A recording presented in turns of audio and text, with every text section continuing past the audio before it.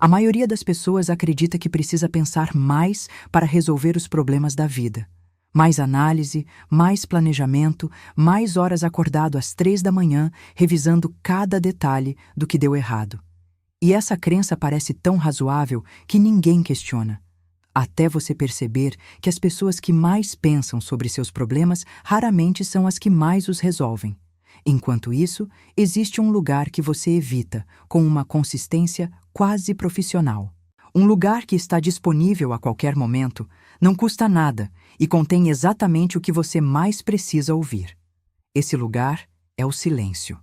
E a razão pela qual você foge dele não é porque é entediante, é porque ele funciona.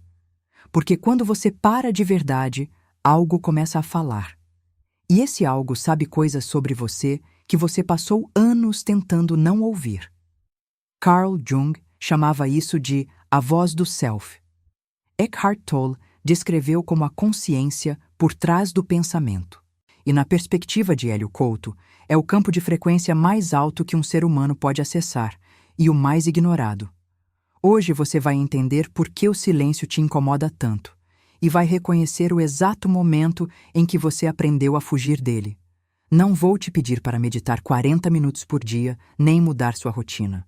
Vou te mostrar o mecanismo que faz o barulho parecer mais seguro que a quietude. Porque quando você entende o mecanismo, tudo muda. Tiago descobriu isso numa tarde de domingo, sozinho num apartamento silencioso, sem saber o que fazer com aquela quietude toda. Mas para entender o que aconteceu naquela tarde de domingo, preciso te levar 3 anos antes, a uma versão de Tiago que não conseguia ficar em silêncio por mais de 4 minutos sem pegar o celular, ligar a televisão ou inventar alguma coisa urgente para fazer. Tiago tinha 38 anos e uma vida que, do lado de fora, não deixava muito espaço para reclamação. Era engenheiro de software numa empresa sólida, tinha um apartamento próprio em São Paulo, academia 3 vezes por semana, uma lista de séries para ver que nunca diminuía e um grupo de amigos com quem saía toda sexta. Do lado de fora, tudo funcionava. Por dentro, havia um ruído constante que ele havia aprendido a administrar com tanto cuidado que já nem percebia que estava lá. O ruído não eram pensamentos angustiantes. Era simplesmente o barulho de uma vida que nunca parava. Podcast no caminho para o trabalho. Música no almoço. Notícias no jantar. Série antes de dormir. E quando nenhuma dessas coisas estava disponível, o celular estava. Tiago não era ansioso no sentido clínico. Era apenas alguém que havia desenvolvido, ao longo de anos, uma aversão sofisticada ao silêncio. Uma aversão tão eficiente que ele nem sabia que tinha. Carl Jung descreveu esse fenômeno com uma precisão que ainda hoje surpreende. Ele dizia que o ruído externo que as pessoas buscam compulsivamente raramente é sobre entretenimento, é sobre evitação. Evitar o encontro com a sombra, com as partes de si mesmo que foram empurradas para baixo porque eram inconvenientes, dolorosas ou simplesmente grandes demais para caber na vida que foi construída. O barulho não preenche o vazio, ele o cobre. E cobrir é muito diferente de resolver. Tiago sabia disso intelectualmente. Tinha lido sobre isso, inclusive. Tinha até recomendado artigos sobre presença e mindfulness para amigos que estavam passando por momentos difíceis. O problema é que existe uma distância enorme entre saber algo na cabeça e deixar esse algo descer até o lugar onde realmente importa. E havia algo que aconteceu quando ele tinha 9 anos que explicava essa distância melhor do que qualquer artigo. Existe uma razão neurológica para o desconforto que o silêncio provoca, e ela não tem nada a ver com fraqueza de caráter ou falta de disciplina espiritual. O sistema nervoso humano foi programado ao longo de milhões de anos para associar silêncio a perigo. Na natureza, silêncio absoluto significava que os predadores estavam se aproximando. Os animais paravam de fazer barulho quando algo ameaçador estava perto. Esse instinto está tão profundamente gravado que o cérebro moderno ainda o executa, mesmo quando o silêncio acontece num apartamento de São Paulo, num domingo à tarde, sem nenhum predador em quilômetros de distância. Mas existe uma camada a mais, que é onde a história de Tiago entra. Porque além do instinto primitivo, existe o condicionamento pessoal, o que cada pessoa específica aprendeu sobre o silêncio na sua história particular.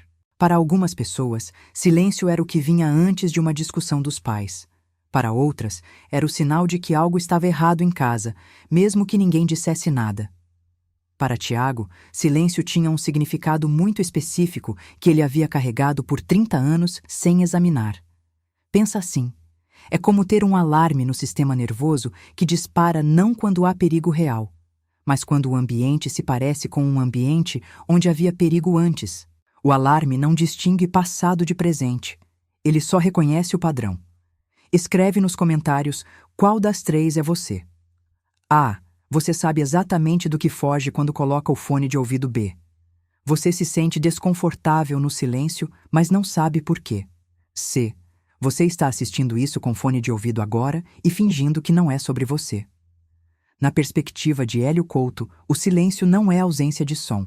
É a frequência mais limpa que um ser humano pode habitar. Quando o campo vibracional de uma pessoa está em constante interferência, barulho externo, pensamentos em loop, estímulos sem pausa, o acesso à inteligência mais profunda fica bloqueado. Não porque essa inteligência desaparece, mas porque o ruído é mais alto do que ela. É como tentar ouvir alguém sussurrando numa festa com música no volume máximo. A voz está lá. Você é que não consegue ouvir. Eckhart Tolle descreveu o mesmo fenômeno com outras palavras. A maioria das pessoas não está presente na própria vida, está numa narrativa sobre a vida, numa conversa interna que nunca para, num comentário constante sobre o que aconteceu e o que pode acontecer. O silêncio ameaça essa narrativa porque, sem barulho, a narrativa perde o combustível. E sem a narrativa, o que sobra? Essa pergunta é o que assusta. E é exatamente essa pergunta que Tiago precisava fazer. Naquela tarde de domingo, Tiago estava num apartamento em silêncio pela primeira vez em meses. A internet havia caído, o celular estava sem bateria e ele tinha esquecido o carregador na empresa. Eram 14h37. Ele ficou sentado no sofá, olhando para a janela por um tempo que não sabia dizer se eram 5 minutos ou 20, sem saber o que fazer com aquela quietude. E então veio uma lembrança que ele não havia deixado subir em muito tempo. Ele tinha 9 anos. Era um sábado à tarde. A mãe havia saído para comprar pão e disse que voltava em 20 minutos. O pai estava no quarto com a porta fechada, como ficava quando estava deprimido, o que Tiago só entenderia muito depois. A casa estava completamente silenciosa. E o silêncio, naquele dia, não era apenas ausência de som. Era uma presença. Uma coisa densa que preenchia os cômodos, que subia pela garganta, que tornava difícil respirar direito. A criança de 9 anos não tinha palavras para o que sentia. Só sabia que havia algo muito errado e que ninguém estava dizendo o quê. Que o pai estava lá, mas não estava. Que a mãe havia saído e os 20 minutos já tinham passado. Que o silêncio estava crescendo. Tiago foi até a televisão e ligou no volume mais alto que achava que podia, sem incomodar o pai. E ficou assistindo qualquer coisa, não importava o quê, só para que o silêncio parasse de crescer. Funcionou. O silêncio recuou. E o sistema nervoso de uma criança de 9 anos registrou uma instrução que levou 30 anos para ser examinada. Silêncio é perigoso. Barulho é controle. Enquanto eu controlo o som, eu controlo o ambiente. Enquanto eu controlo o ambiente, estou seguro. Essa instrução havia seguido Tiago para a faculdade, para o trabalho, para os relacionamentos, para os fones de ouvido que ele usava até para lavar a louça. Jung chamava isso de complexo autônomo, um padrão que foi criado para proteger e que continua operando muito depois de a ameaça original ter desaparecido, sem precisar de permissão consciente para fazer seu trabalho. Às 15h12 daquela tarde de domingo, Tiago não fez nada heróico. Não meditou, não teve uma revelação dramática, não ligou para um terapeuta. Ele simplesmente ficou no silêncio por mais um pouco. Desconfortável, sem resolver, apenas presente. E pela primeira vez em 30 anos, o silêncio não cheirou a perigo. Cheirou a domingo à tarde. Naquela tarde de domingo que começou essa história, Tiago estava num apartamento silencioso, sem saber o que fazer com aquela quietude toda. 3 anos depois, ele ainda usa fone de ouvido. Ainda ouve podcast no caminho para o trabalho. Mas existe agora uma diferença que de fora é invisível e de dentro é enorme. Ele escolhe o barulho, não foge para ele. E essa diferença entre escolher e fugir é a distância inteira entre uma vida consciente e uma vida em piloto automático. O silêncio que você evita não está vazio. Está cheio de coisas que você precisava ouvir e que foram sendo empurradas para baixo cada vez que você colocou o fone de ouvido, ligou a televisão ou preencheu os 5 minutos de espera com o celular. Não estou dizendo que você precisa sentar em meditação durante 1 hora. Estou dizendo que existe algo te esperando na quietude e que quanto mais você adia esse encontro, mais alto o preço. A pergunta não é se você tem tempo para o silêncio. A pergunta é o que você está tão ocupado evitando ouvir.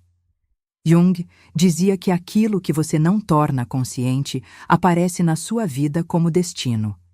Os padrões que você não examina continuam se repetindo, em relacionamentos diferentes, em empregos diferentes, em cidades diferentes. O silêncio não é o problema. É o lugar onde os padrões finalmente param de correr e você pode olhar para eles de frente. Eu sou Frequência Rara. Até o próximo campo.